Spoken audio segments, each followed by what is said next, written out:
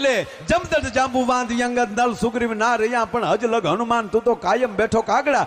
અમારો બાપ હનુમાન હવે કાયમ થપાઈ ગયો છે, કારણ કે તમે પણ વેદના ગાનારા છો અને શિવના એકલોતા શિષ્ય છો. આપના મુખ્યલી વખાણ થયા એટલે અમારો હનુમાન છે એ પણ 11મો રુદ્ર છે, એને કોટી કોટી પ્રણામ કરું. પણ મહારાજ હવે વાત રહી તાકાત નહીં, કે જો તમને હનુમાનજી જ જો મહાન દેખાણા હોય તાકાતમાં તો સાંભળી લો મહારાજ, હું વાલીનો દીકરો છું, મને એવું લાગે કે તારી સામું બાંધે કોણ હવે? તારી સામે જો આ વાત કરું છું યુવાન મિત્રો કે 21 વર્ષનો યુવાન પરદેશમાં જઈ અને લંકાની કચેરીમાં રાવણ સામે જો આવી ચેલેન્જ કરી શકતો હોય એ ભારત વર્ષનો સંતાન છે.